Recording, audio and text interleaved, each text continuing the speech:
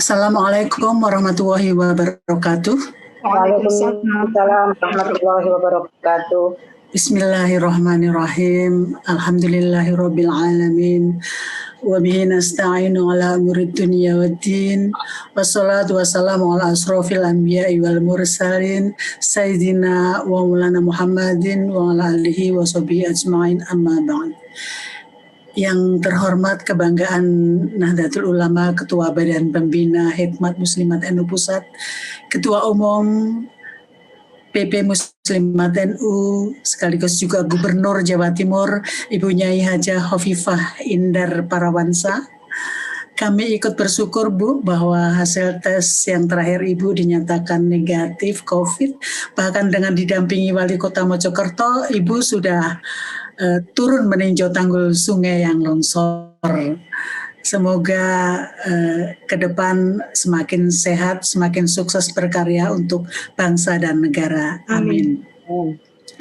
Yang kami hormati Ketua Penasihat PP Muslimat NU, Ketua Hemat Mislamat NU, Ibu Nyai Hajah Mahfudoh binti Kiai Haji Abdul Wahab Hasbullah beserta seluruh jajaran pengurusnya.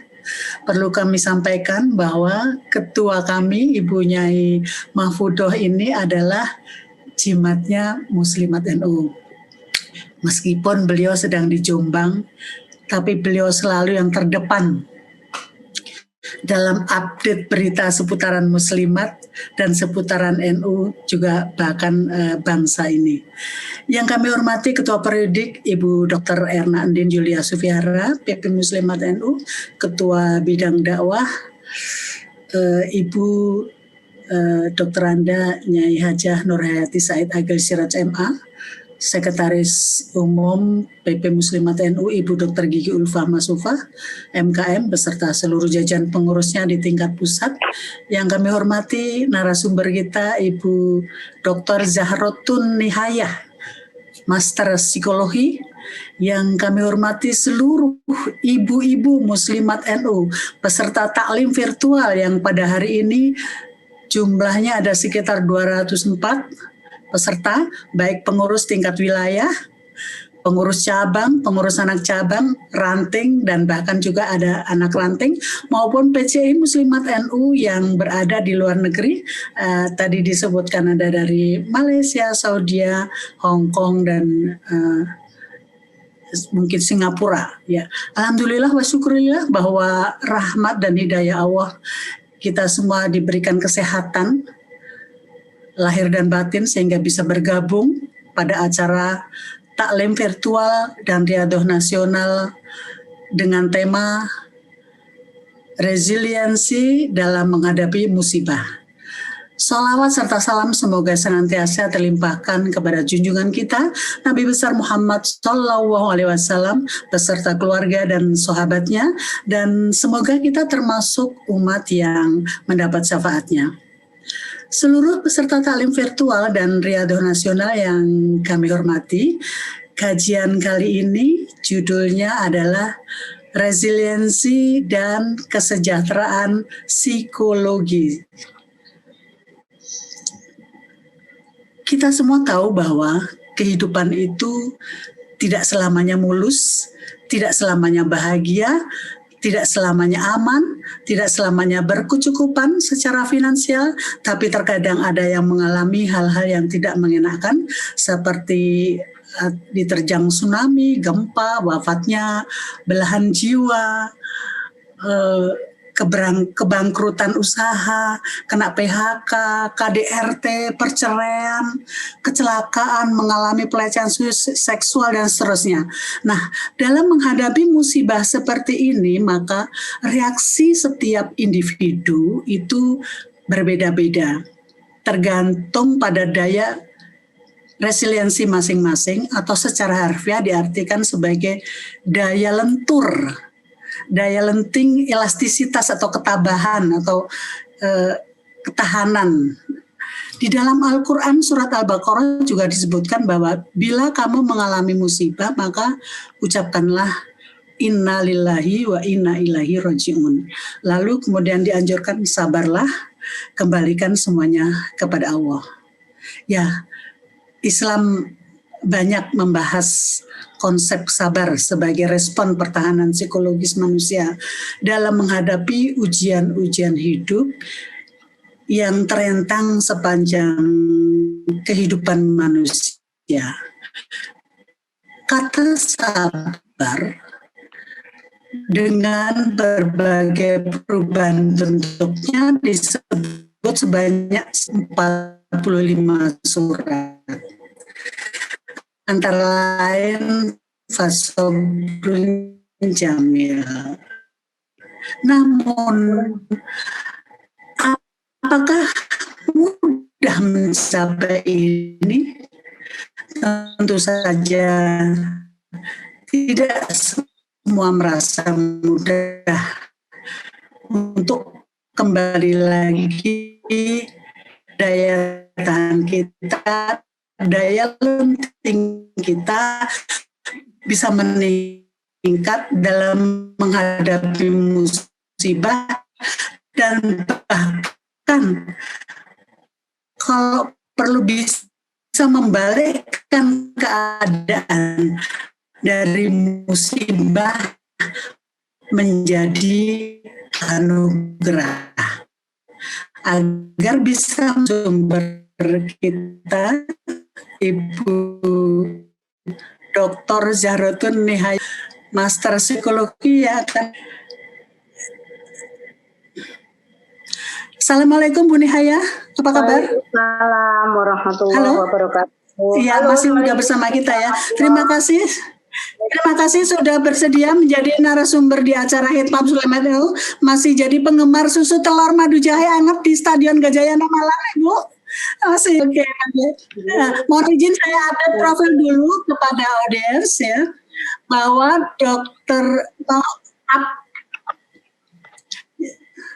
suaranya terganggu ya. Ibu Dr. Zahratun Nihaya, Master Psikologi adalah Dekan Fakultas Psikologi UIN Syarif Hidayatullah Jakarta.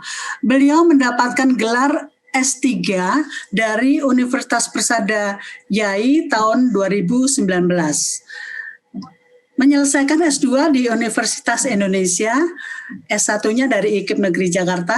Pendidikan lainnya adalah sertifikasi konselor pendidikan pasca sarjana Universitas Negeri Malang, sertifikasi mediator perkawinan dan keluarga Mahkamah Agung dan BP4, SOTSI, Positive Parenting Program, Triple P, Queensland University Brisbane. Pengalaman kerja lainnya adalah dosen Universitas Al-Azhar Indonesia, Universitas Paramadina, Universitas Asafiyah, Stai Aziyadah. Beliau juga menjabat sebagai Ketua 1 BP4 Pusat untuk periode 2019-2024, dan kemudian terakhir kali beliau terpilih kembali sebagai Wakil Ketua Komisi Perempuan, Keluarga, dan Remaja Majelis Ulama Indonesia periode 2020 sampai 2025, di mana pada periode sebelumnya beliau juga sudah duduk sebagai Wakil Ketua di komisi yang sama, yaitu Komisi PKR. Alamat beliau di Jakarta Timur. Baiklah Ibu-Ibu, saya rasa cukup update beritanya tentang Bu Nihaya. Peserta taklim virtual yang insya Allah selalu terkini Ibu Dekan. Bila nanti ada pertanyaan dari Ibu-Ibu, kami silakan bisa melalui menu chat atau raise hand. Sekarang mari kita simak paparan beliau yang berjudul Resiliensi dan Kesejahteraan Zahratun Nihaya. Ibu-ibu peserta majelis taklim, silakan disimak. Monggo Bu Nihaya, saya persilakan. Atur nuwun Bunia. Bismillahirrahmanirrahim. Assalamualaikum warahmatullahi wabarakatuh. Waalaikumsalam warahmatullahi wabarakatuh. Alhamdulillahilladzi anzala sakinata fil mu'minin liyazdadu imanan ma'a imanihim. Walillahi junudus samawati wal ardh wa kana Allahu aliman hakim. Rabbi shrah li sadri wa yassir li amri wahlul 'uqdatam min lisani yafqahu qawli. Amma ba'd. Yang terhormat Ibu Nyai Hajah Mahfudzah binti Kiai Haji Wahab Hasbullah, Ketua Dewan Penasehat PP Matentu, sekaligus juga yang terhormat Ketua Umum PPMNU sekaligus Gubernur Jawa Timur dan Ketua Badan Pembina Hidmat Muslimat NU Ibu Nyai Khofifah Indar Parawansa, yang terhormat para ketua pimpinan Pusat Muslimat Nahdlatul Ulama, Bu Nyai Nur Hayat Said Akil, Ibu Ketua Periodik Ibu Dr. Irma Yulia Sutihara, Ibu ketua yang lain yang kami hormati, para pengurus PWNU, pengurus cabang istimewa Arab Saudi, Malaysia, Hong Kong, dan para ketua PPMNU yang hadir pada taklim virtual Muslimat NU pada siang hari ini. Alhamdulillah kehadrat Allah Subhanahu wa Ta'ala atas rahmat dan inayahnya sehingga siang hari ini kita masih bisa bersilaturahim secara virtual dengan keadaan sehat walafiat. Sholawat serta salam semoga senantiasa terlimpahkan kepada junjungan kita Nabi Muhammad SAW, uswatun hasanah bagi kita semua. Ibu-ibu, para ibu nyai, ketua umum dan para ketua PP Muslimat NU, mohon maaf, ini pun sewu pangapunten, mohon izin sebetulnya bukan narsum, tapi kita sharing saja. Saya tidak berpretensi menggurui ibu-ibu semua, para daiyah, para mubaligh yang sudah ahli di bidangnya. Akan tetapi karena ini yang mutus adalah Bu Nyai Mahfudzah yang saya kasih, maka saya harus patuh untuk apa yang diinstruksikan oleh Ibu Nyai. Ibu yang kami hormati, ini nanti waktunya keburu asar ya. Jadi saya akan mulai dari fakta tentang kesehatan mental. Suaranya mengganggu ya, ada delay ya. Ada lima dimensi sesungguhnya di dalam kesehatan mental, atau boleh 6 ya, adalah biologi, psikologi, sosial, emosional, dan spiritual. Kalau betul nambahin sehat dompetnya, gitu ya. Nah, jadi ini dalam kerangka kesehatan mental, maka nanti kita harus resilient dan sebagainya. Nah, fakta dari kesehatan mental ini, ibu-ibu yang kami hormati, sekitar 1 dari 5 anak-anak dan remaja di dunia itu memiliki gangguan mental. Ini data dari WHO tahun 2019. Berikutnya adalah hampir 800.000 orang meninggal. Mohon maaf, suaranya jelas nggak? Tertangkap jelas suara? Jelas ya. Karena di saya kok suaranya agak delay. Anu ya.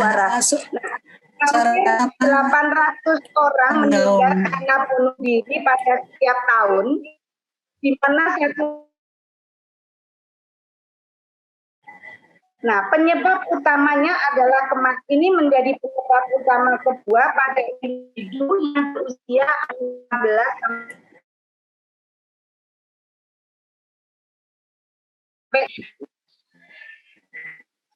berikutnya.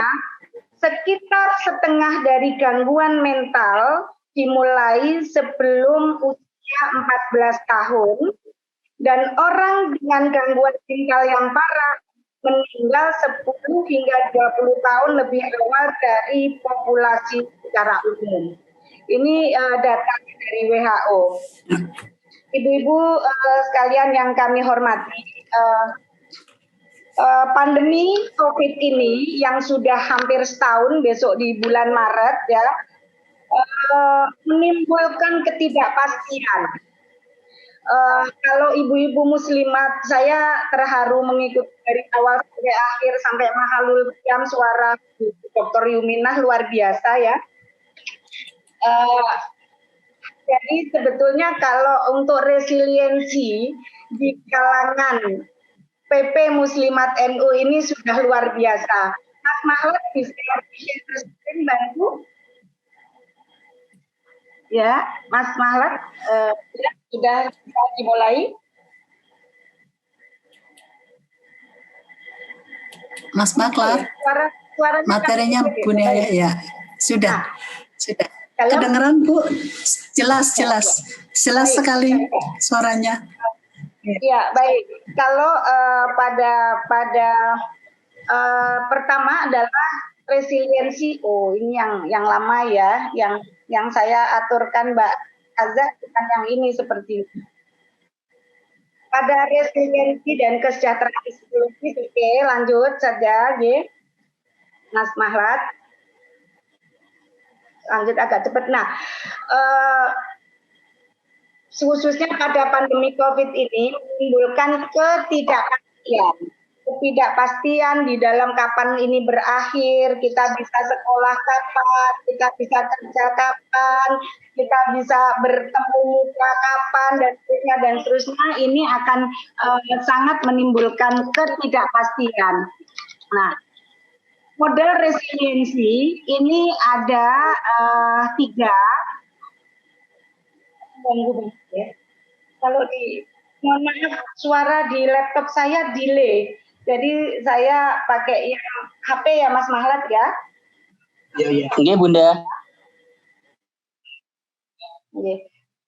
Mbak ini matiin aja. Nah, jadi baik. Tapi suara saya masih di mute. Suara saya di mute, baik. Suara saya di mute sama Mas Mahlat. Oke, baiklah.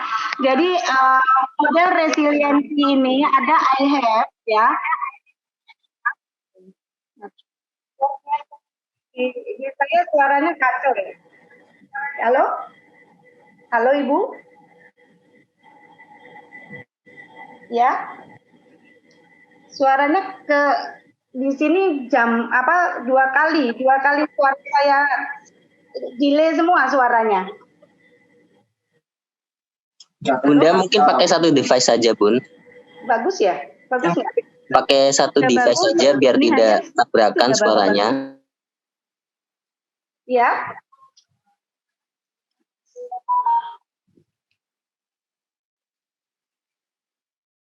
Oke, sudah. Enggak, ya. Yang satu sudah mati. Baik, jadi dari ketidakpastian ini dalam model resiliensi ada 3 paradigma. Yang pertama adalah I have, merupakan dukungan untuk menghadapi pengalaman buruk dan menyakitkan. Kemudian I am ini adalah kekuatan di dalam diri kita sebagai penyangga di dalam menghadapi situasi yang buruk. Terus kemudian ada I can, yaitu keterampilan di dalam mengatasi masalah. Yang menurut Kober, resiliensi ini adalah merupakan hasil interaksi dinamis dari 3 aspek di atas. I have, I am, dan I can. Nah, ibu-ibu nanti di akhir saya akan menyampaikan kepada ibu-ibu untuk bisa mengukur bagaimana mengukur kita sejauh mana resiliensi kita ya. Nah, apa itu self resiliensi? Self resiliensi adalah kemampuan seseorang di dalam menghadapi dan mengatasi tekanan akibat pengalaman buruk dan menjadi lebih kuat serta bertransformasi untuk bangkit menata hidup kembali. Kalau tadi diawali oleh moderator karena tidak ada banyak ya, banjir, longsor, kehilangan pasangan dan semua itu. Nah, bagaimana kita dalam menghadapi tadi itu pada saat dihadapi itu pastilah ada kesedihan, ya grief dan sebagainya itu akan tetapi bagaimana kita bisa mengenali ini self resilience ini ada 4 bentuk kapasitas resiliensi. Yang pertama adalah tadi kemampuan menghadapi tekanan mental pengalaman yang buruk, kemudian kemampuan mengatasi masalah untuk keluar dari kondisi tersebut, kemudian kemampuan penguatan diri setelah menghadapi pengalaman tersebut dan terbentuknya transformasi setelah melewati tekanan-tekanan pengalaman buruk ini. Ya, berikutnya adalah ada lingkaran ini, resilience ini prosesnya adalah adanya masalah yang menjadikan hidup berantakan. Kenapa bahasanya adalah berantakan ya? Bisa jadi karena berubah dari yang rutinitas atau biasanya tidak seperti itu. Kemudian ini akan berpengaruh terhadap munculnya tekanan mental atau stres ya. Jadi yang berantakan tadi bisa jadi tadi dicontohkan tadinya bekerja terus di PHK, tadinya kita harus ke kantor tapi harus kantor dari rumah, tadinya pergi ke sekolah kita harus sekolah dari rumah dan seterusnya ada banyak hal. Ini akan menimbulkan tekanan mental atau stres yang kemudian individu ini akan mengalami pembelajaran dari pengalaman hidup itu. Ketika awal-awal dulu kita mengalami WFH dan school from home PTB, itu luar biasa paniknya. Tapi lama-lama kita belajar dari pengalaman itu, maka kita bisa beradaptasi. Sehingga ini ada coping skill. Coping skill ini melatih kembali hidup yang berantakan itu kita tata. Sehingga ini nanti pada bisa menjadi penguatan diri menghadapi tekanan-tekanan dan pengalaman buruk berikutnya. Nah, itu siklusnya seperti itu. Berikutnya adalah bahwa ada komparasi model resiliensi diri. Paradigma resiliensi dari psikologi Goldberg ini adalah tadi ada I have, itu ada dukungan sosial. Kalau paradigma resiliensi pada perspektif Islam, tadi disampaikan juga oleh Mbak Nia di pembukaan, Inna lillahi wa inna ilaihi roji'un. Jika mendapatkan musibah, maka Allah sebagai sandaran hidup kita. Ini ikhlas, ridho, sabar, tawakal, hope atau berharap dan bersyukur. Sementara pada komparasi modelnya IM yang dari teori Goldberg ini, kekuatan diri kalau kita paradigmakan pada resiliensi diri dalam perspektif Islam, mampu menggunakan daya potensi akal, indera, nafs, hati nurani dan fisik jasmani secara proporsional atau seimbang dengan keyakinan untuk memperoleh keridhaan Allah. Ini semua tadi saya sampaikan ini di Muslimat sudah jagonya ini Mbak Nia ya. Berikutnya paradigmanya yang ICAN ini keterampilan problem solving atau memecahkan masalah dalam paradigma Islam, tanggung jawab menjalankan ikhtiar bagi kemaslahatan diri dan lingkungan. Nah ini yang tadi saya komparasikan model resiliensi yang ada di dalam psikologi Barat dan perspektif Islam. Selanjutnya ada resiliensi di dalam keluarga. Ini saya tuliskan juga di rumah saja karena pada saat ini memang kita dituntut diharuskan untuk mengurangi mobilitas, mengurangi keluar, mengurangi dan sebagainya. Ini ada 3 hal yaitu keyakinan, saling dukung dan komunikasi.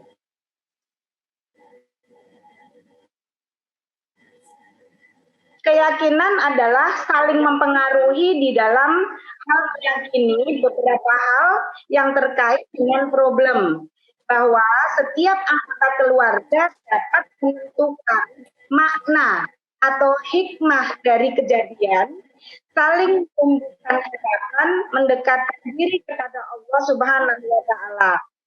Ya, ini di dalam keyakinan, belief itu.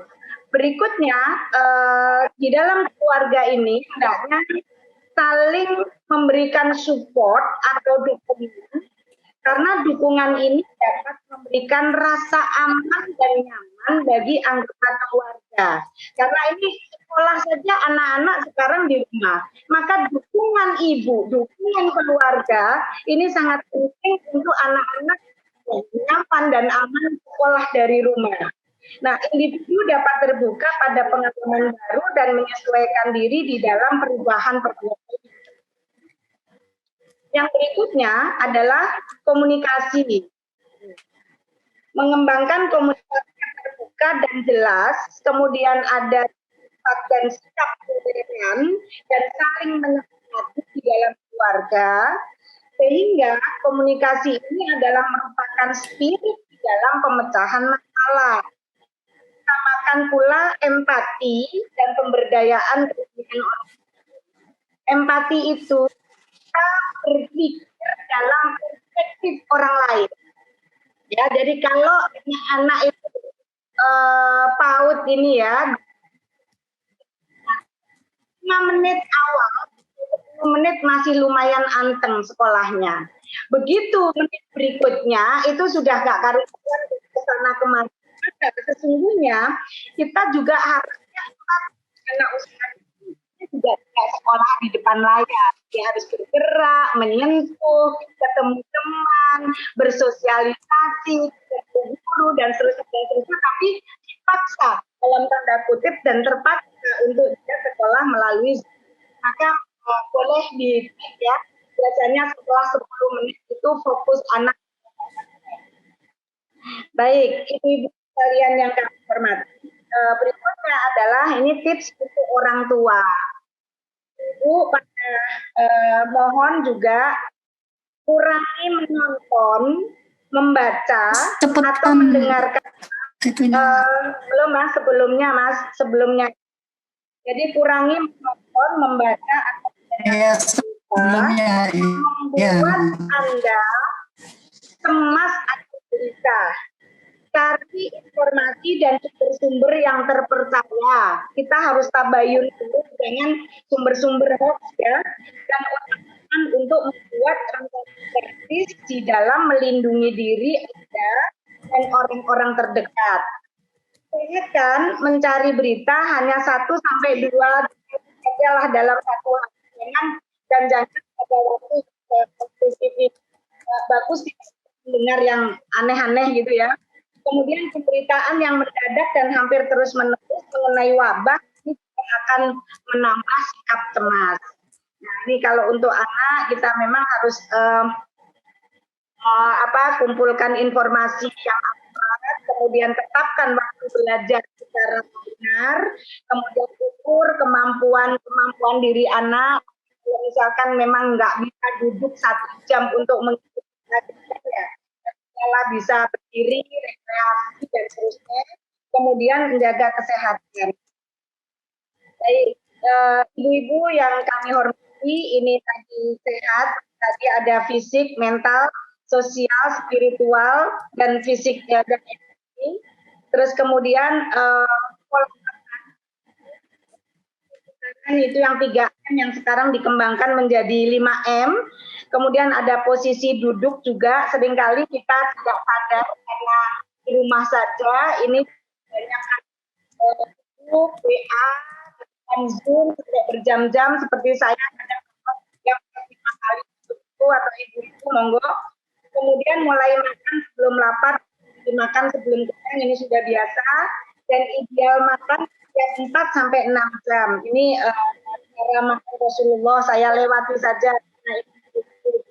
Kemudiannya, fisik ini jangan lupa olahraga antara 30 sampai 5 menit, dan pegangan tubuh ini juga ini ahlinya Bu Aniroh ini ya, punya Aniroh. Kemudian fisik dan mental, pola tidur. Ini pola tidur yang cukup sampai 7 jam, tidurnya berkualitas, mengaruhi metabolisme tubuh, organ tubuh beristirahat dan berfungsi lebih baik.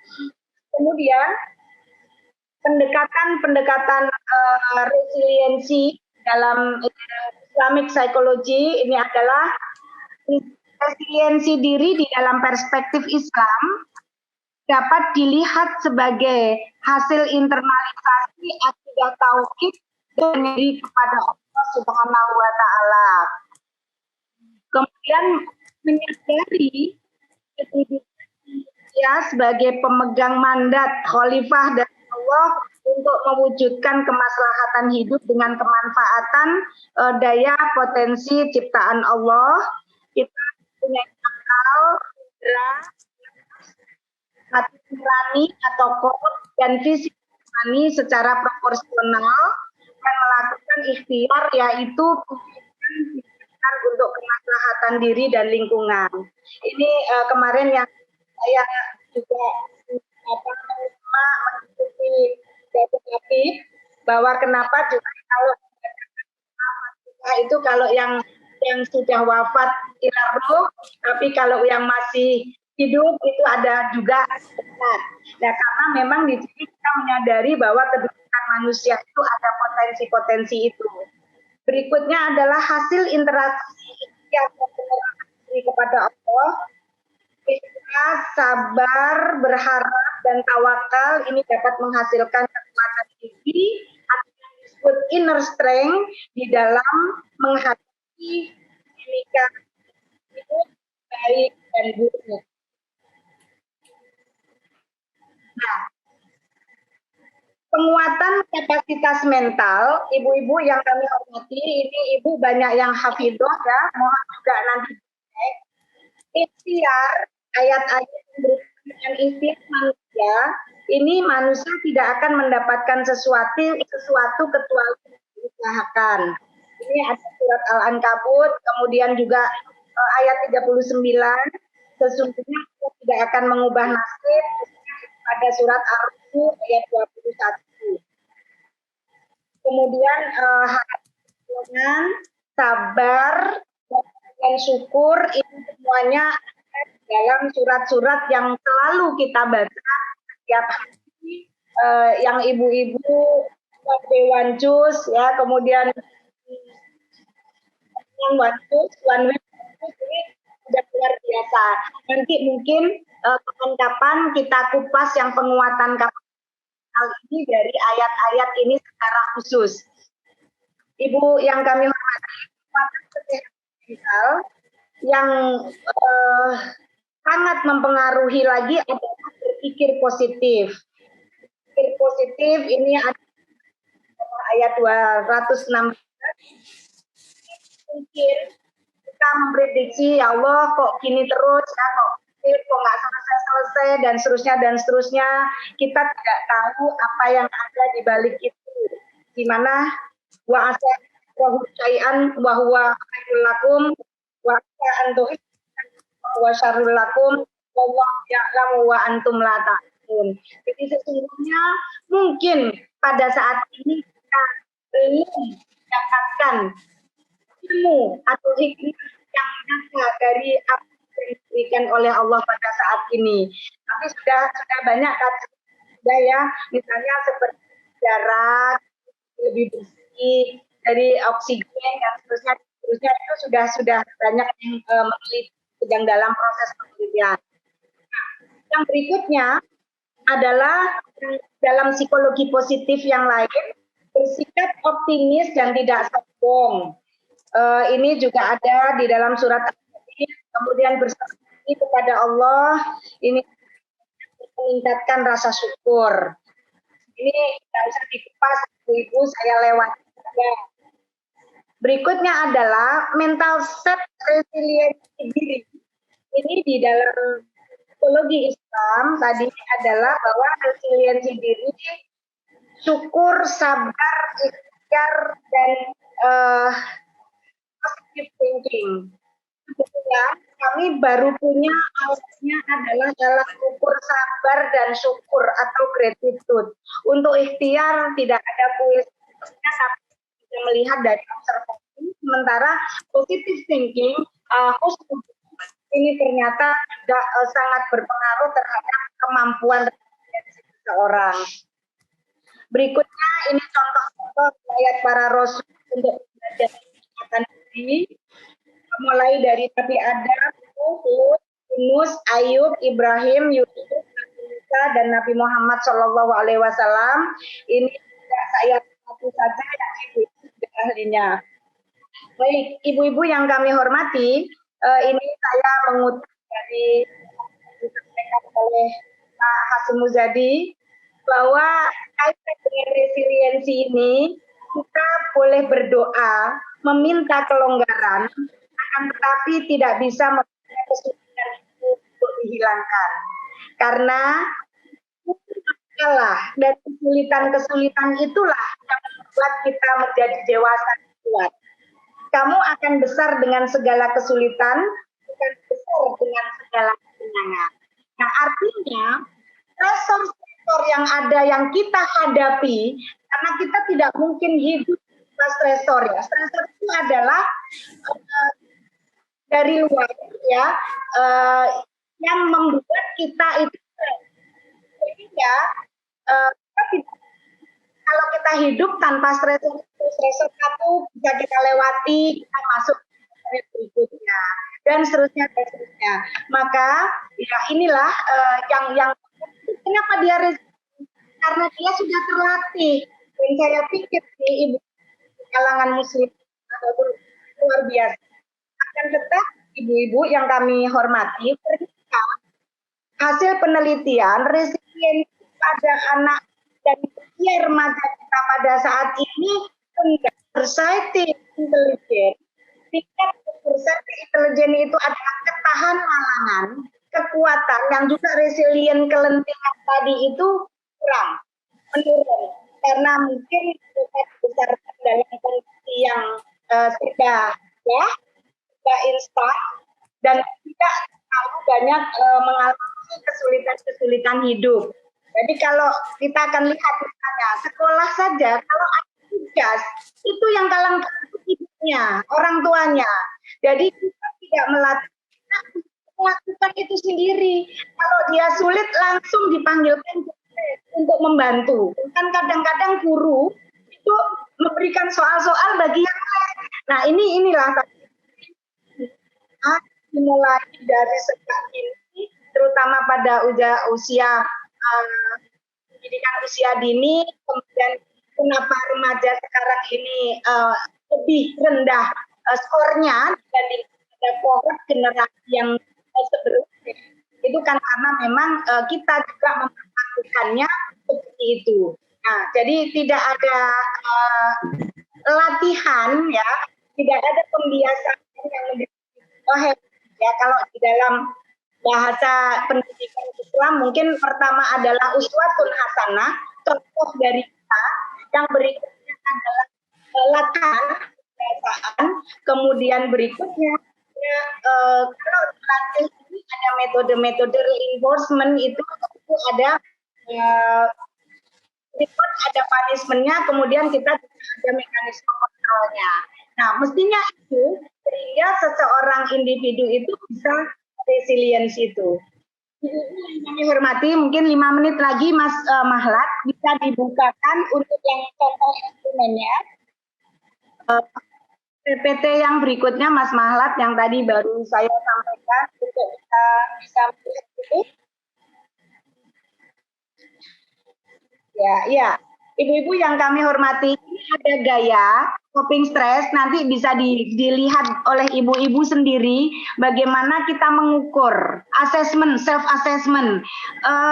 Memahami gaya coping stress itu adalah bagaimana kita mengatasi stres. Yang pertama mungkin jika menghadapi masalah, saya akan mencari teman diajak bicara atau curhat. Nah, ibu-ibu, ini saya kasih tahu ini saja ya, seberapa sering kamu melakukan hal tersebut. Kalau saya tidak pernah melakukan itu skornya 1.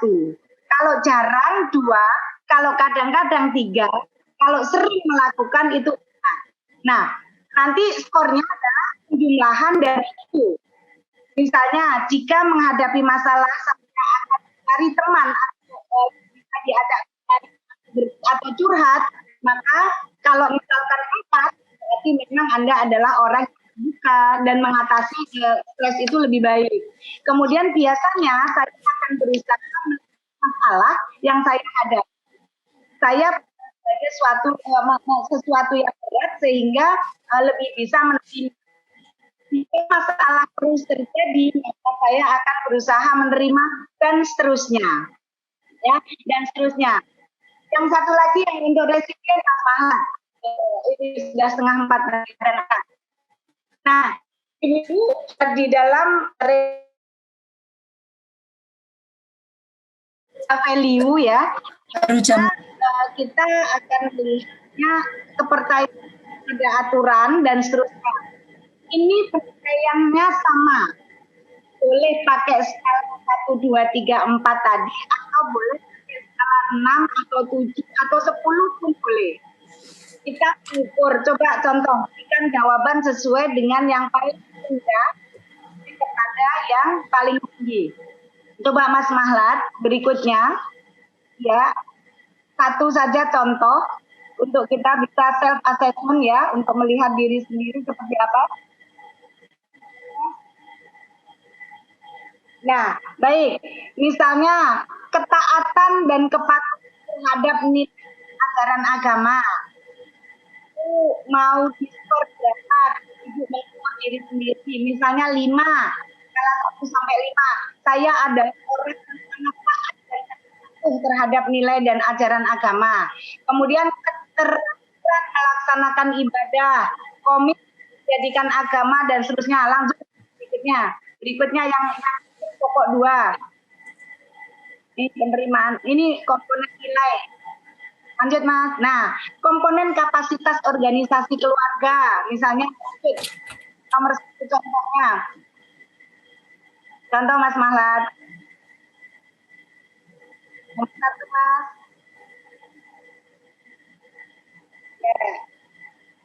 Ya. Misalnya. Nah, contohnya itemnya kemudahan keluarga dalam beradaptasi terhadap perubahan, kemudahan untuk menghilangkan tekanan dan ketegangan, kemudian andalan dan efisiensi di dalam bekerja dan seterusnya. Komponen berikutnya Mas, untuk yang disebut resilience. Berikutnya Mas, yang C Mas. Ini ada 10-10 Ibu. Ya. Nah, komponen atmosfer keluarga, lanjut itemnya, misalnya contohnya seperti apa.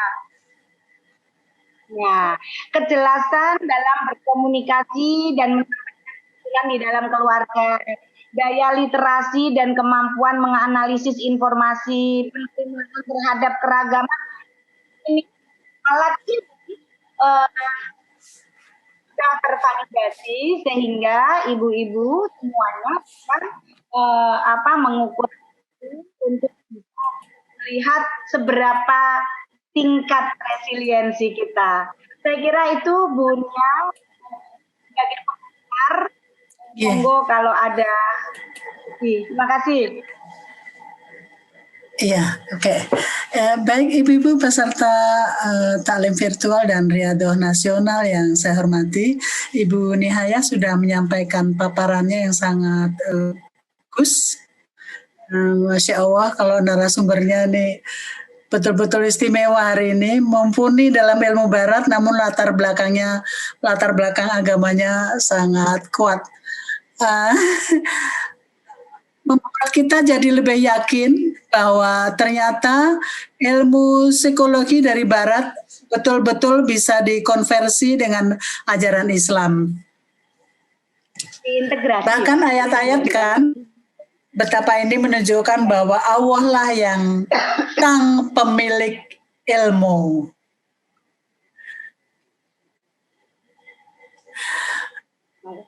Baik, bila ada pertanyaan dari ibu-ibu, kami silakan bisa melalui menu chat atau raise hand.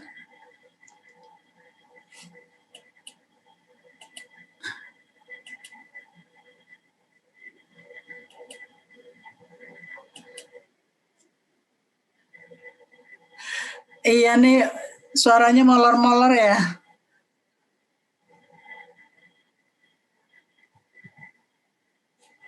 Suara putus-putus katanya. Kurang jelas. Iya, putus-putus nih. Bu Nihaya bisa dengar suara saya nggak? Bisa. Halo, Jelas, Bu. Bu Nihaya? Bisa, oke. Iya, ini Jelas, ada jelas. pertanyaan begini. Jelas banget. Ya, ada tip kurangi menonton dan membaca berita-berita yang membuat hati menjadi cemas. Nah, ini sering kita dapat dari WAG Bu, grup-grup WA. Ya. Bagaimana menyikapi WAG yang begini Bu? Kita tinggalkan saja atau bagaimana nih? Karena alasan membuat WAG kan Ya. untuk silaturah atau nggak pakai mie kata Bu Mahfud nggak pakai mie, jadi hanya roh aja yang silaturahmi lewat internet. Wahim, iya. Ya, Monggo Mbak. kalau Ya. Bu, pengalaman saya karena grupnya banyak banget, terus kira-kira kalau itu adalah hoax gitu, langsung saja ya, lihat saja Bu, kita dibaca. Kalau sudah dicek pun kira-kira ini adalah hal yang cemas, karena kan gini, yang paling tahu sesungguhnya kita ini kan sudah punya alarm ya di dalam kita, ada alarmnya. Ini kita yang nggak paham kalau ada alarm ini. Nah, oleh karena itu alarm ini ketika itu bunyi sesungguhnya stres itu adalah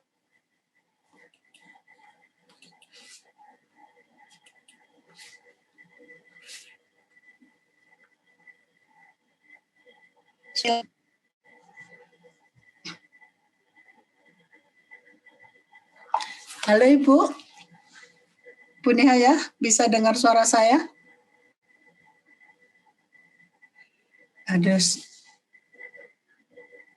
Mbak Mas Maklat, suaranya hilang nih.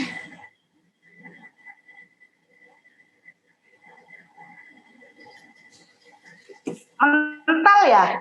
Kok mental saya? Halo? Ya enggak, ya, ada Bu, sudah ada. Ada suaranya. Ya, ini ada pertanyaan berikutnya Bu Nihaya, bisa ditangkap? Bisa didengar? Ya. Dari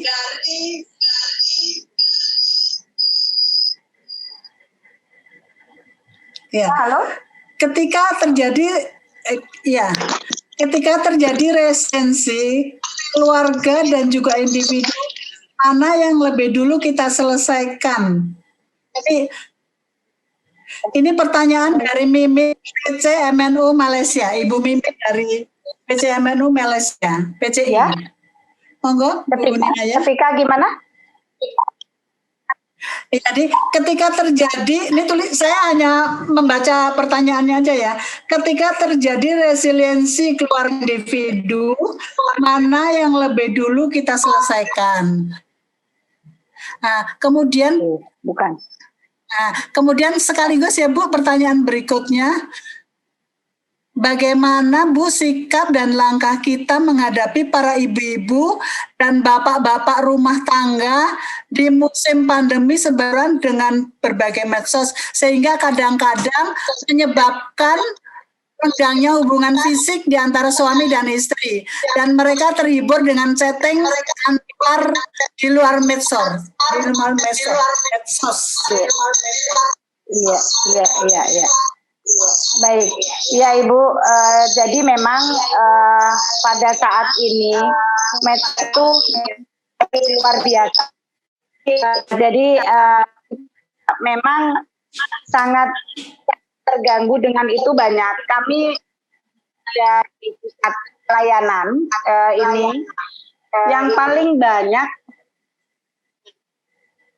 adalah karena memang medsos, bisa WA, bisa telepon dan sebagainya. Sampai ada bapak-bapak yang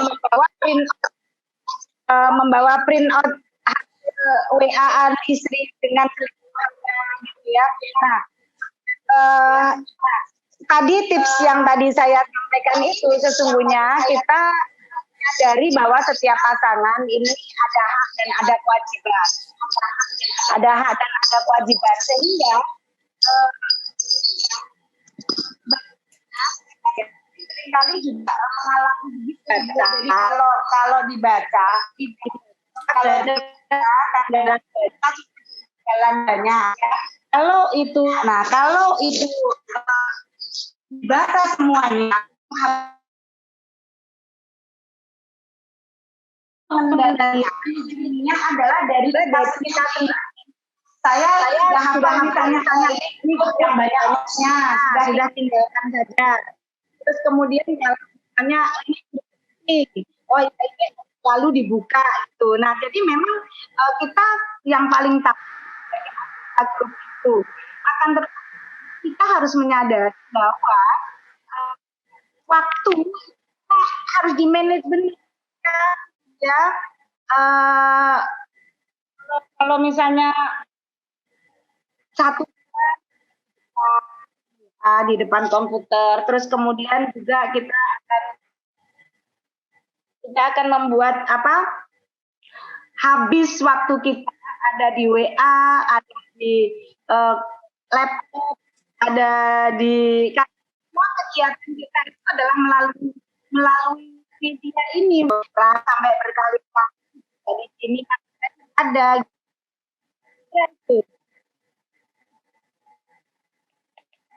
Kalau yang tadi individu atau keluarga, menurut saya bisa simultan, Mbak Nia, bisa ada dampaknya. Tapi tadi resiliensi itu kan kemampuan kita, justru kita menghadapi sesuatu masalah. Jadi mana dulu? Biasanya juga akan berdampak pada keluarga. Ya. Ya. Baik. Ini ada lagi dari Mbak Bu Sutini, PCI MNU Hong Kong. Bu, saya mau tanya bagaimana cara menghadapi orang yang ngeyel.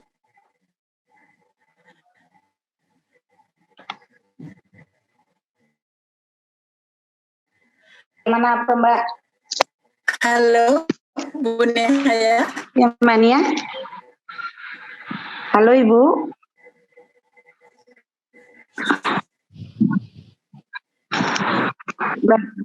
Ya, halo ya. Bagaimana? Ya, mau tanya bagaimana cara menghadapi orang ngeyel padahal orang itu salah dan sangat mengganggu, merugikan orang-orang sekitarnya.